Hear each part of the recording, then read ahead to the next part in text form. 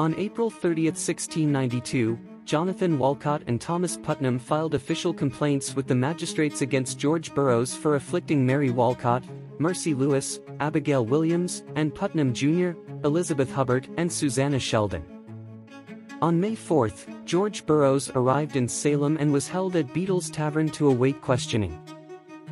On May 9, Burroughs was brought to the town meeting house and was questioned by Judges William Stoughton and Samuel Sewell of Boston, and Judge John Hathorne and Jonathan Corwin of Salem, in a chamber away from the afflicted witnesses. The magistrates asked when was the last time he received communion. Burroughs said he could not remember. Because he was not an ordained minister, he was not authorized to give communion. He was a member of the Roxbury Church and received communions there. However, it had been a long time since he had been to the church in Roxbury. He was then asked if his house in Casco Bay was haunted. He said no, but there were toads around the house.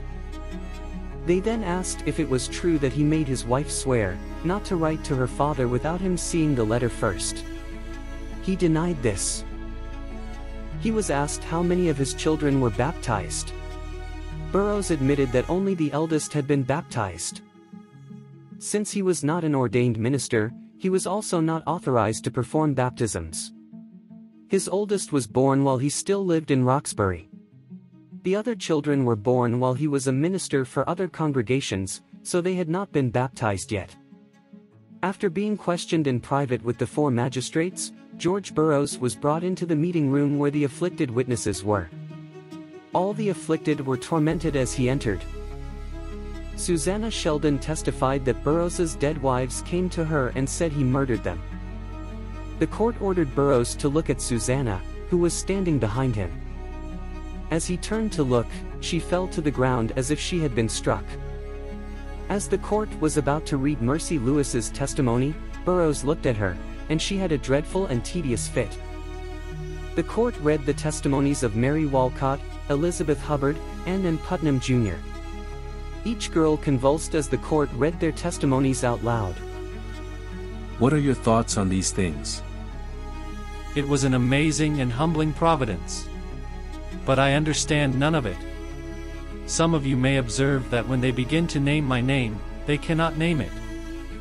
After more testimony was read, some of the afflicted were so tormented that the court ordered them to be removed from the room. Abigail and Deliverance Hobbs gave testimony about his puppets, how he did his recruiting, and the witch meeting in Reverend Parris's field. Captain Simon Willard testified about a rumor that Burroughs could aim a gun that had a 7-foot barrel with one hand. However, he hadn't seen him do it. Captain William Wormall and John Brown testified that they heard Burroughs could lift a full barrel of cider or molasses from a canoe and carry it ashore by himself. They, too, had not actually witnessed it. Burroughs denied the barrel story and explained that he had held the gun behind its lock and braced the stock against his chest. George Burroughs was sent to jail to await trial. On August 3, 1692, he was indicted on 4 counts of afflicting Putnam Jr., Elizabeth Hubbard, Mercy Lewis, and Mary Walcott.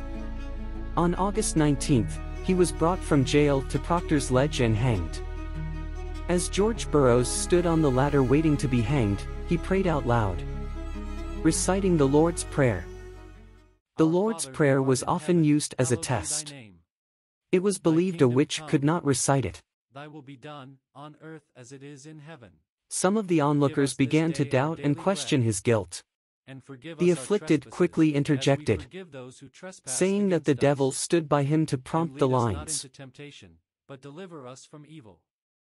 For thine is the kingdom, and the power, and the glory, forever and ever. Amen.